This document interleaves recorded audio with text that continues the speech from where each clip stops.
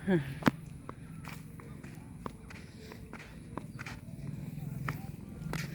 ก้วตื่นหมาวันนี้แก้วชิววันนี้แก้วพ่อปลดโซ่คอยดูจะพาพ่อรุนไปถึงไหน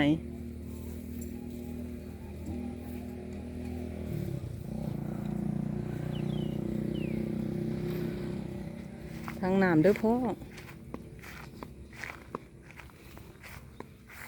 ไปหาพอสิน พี่มูจะของยางยากหาเหลี่ยมยางไม่เจ้าไปหาพอสินบอ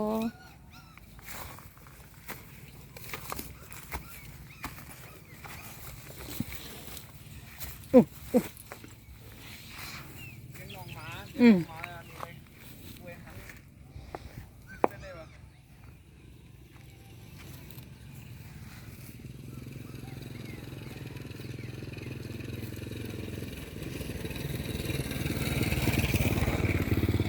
ไปกินหยากับพอสินป้าคุณ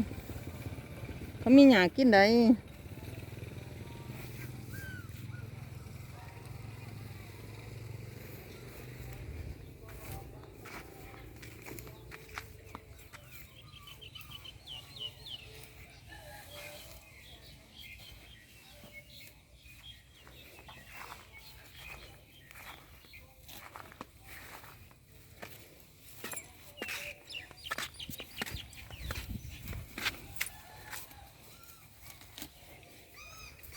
พอตะวันใหญ่ไปคอยหูภาษาไปนานเนาะบ่ต้องไปเฮ็ดยังเขาซันบ่ต้องไปเว้าหลายสอนหลายอีเหลียเลยเคยฝึกสร้างเคยเรียนสร้างมาแม่นจังซี่เลยคนได้สอนจนแต่ดนแล้วยังมาจำสันไปมุ่งไปทางหน้าว่าจะให้คน FC เบิ่งยังกระดาษลูกเนี่ย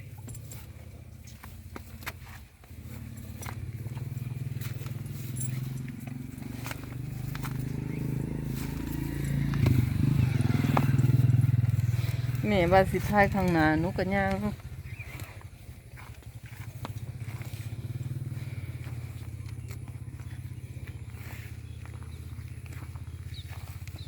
เริ่มไม่มีโซ่ขาแล้วถ้าวิ่งนี่พ่อรุนเตรียมเลยนะคะ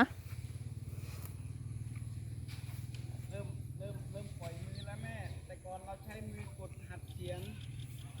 อันนี้เริ่มปล่อยไม่ต้องเอามือจับเขียนแล้วเห็นไหมเวลาเราสอนเด็กนะเราเอามือจับมือลูกจับดึงตามเงา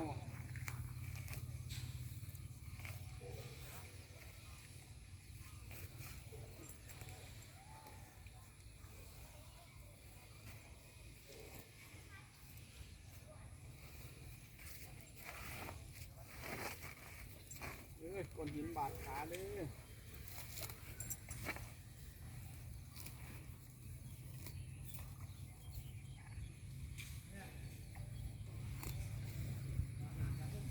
ครับผมรอน้องพุจ้าพืดเลยเด้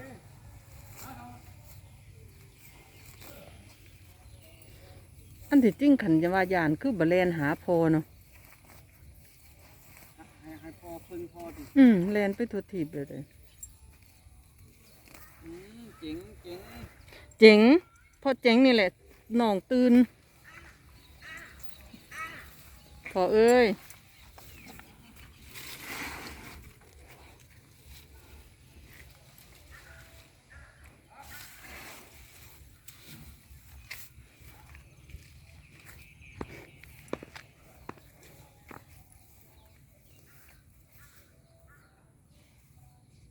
เมสิพายหนาเลยเอาแต่ดาบพายนะ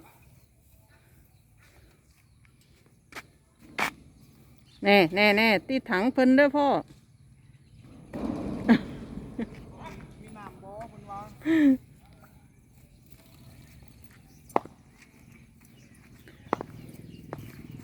พ่อเอ้ยเราจะไปหาปลาสิงเขา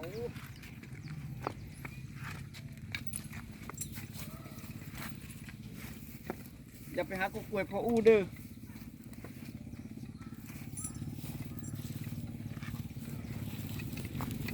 อุ้ยบ่แม่นลูกบ่แม่นไปกินของพออู้เลย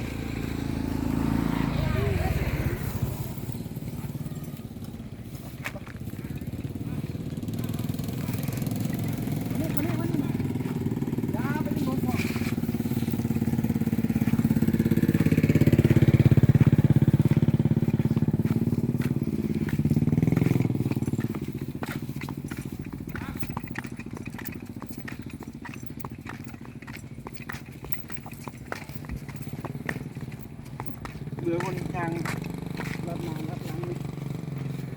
ปังปังปัง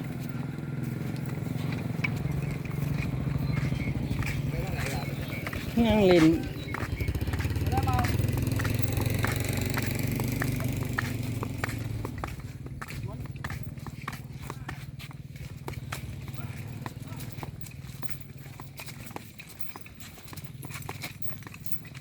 อีหยัง หอมกันนี่ที่หน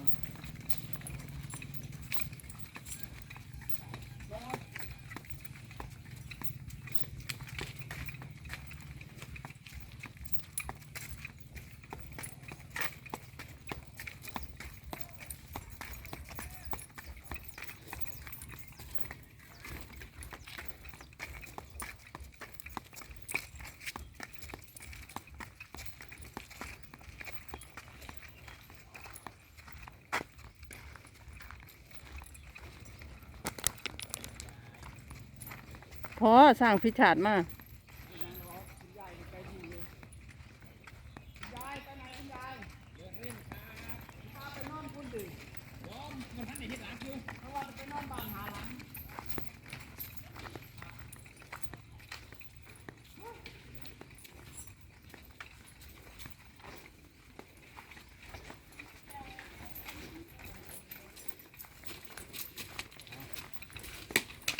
ยายจ๋าหญ้าปลูกได้ลูกหญ้าปลูกเลยหญ้าปลูกเลยอันนี้ขึ้นไปจะทำนี่ทำเขาไปในสนามหญ้าปลูก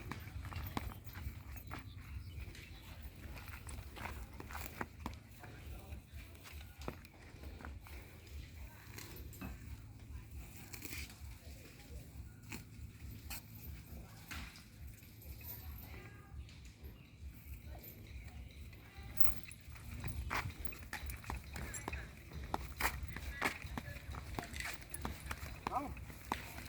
ยินเท่ๆบนนี้กัน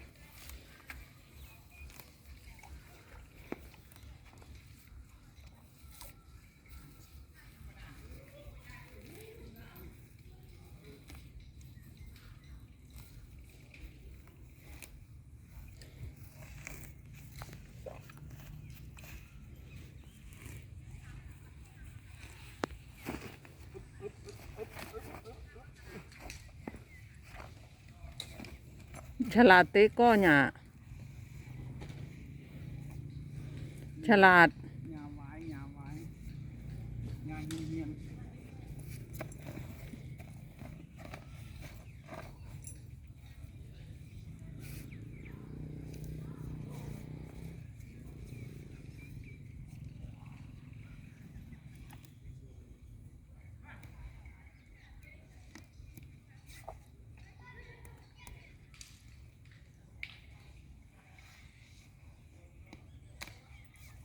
คือสิแซ่บเนาะบนนี้เนาะ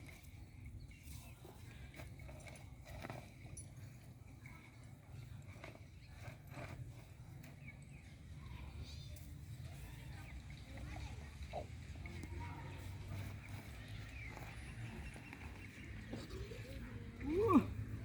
เต็มหัวพ่อที่สิ สระหัวนั่นแหละพ่อจะได้สระหัวทุกวัน โอ้สาทุกวันบ่ได้เนาะไม่สาบ่มี หนูจะให้พ่อได้สระอาบน้ำเหมือนหนูไง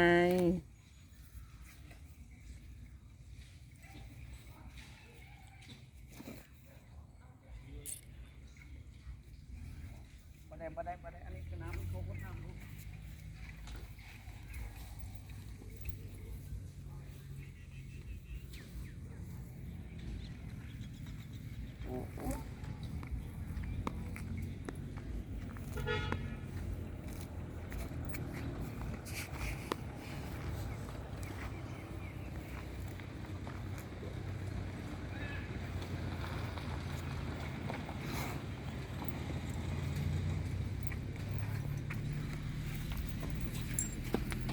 ต้นไม้เขาปลูกด้วยลูกต้องซอยกันนายอย่าไปถูกของเขานะลูกมานี่เนี่ยป้าเนี่ยโทษครับมาเจาะไทยคลิปไว้นำเนี่ยพยานหลักฐานเต็มปอกเลยนะมานี่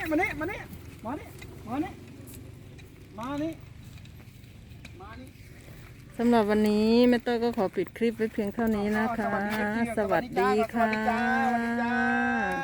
จ้านะจ้าจ้าจ้า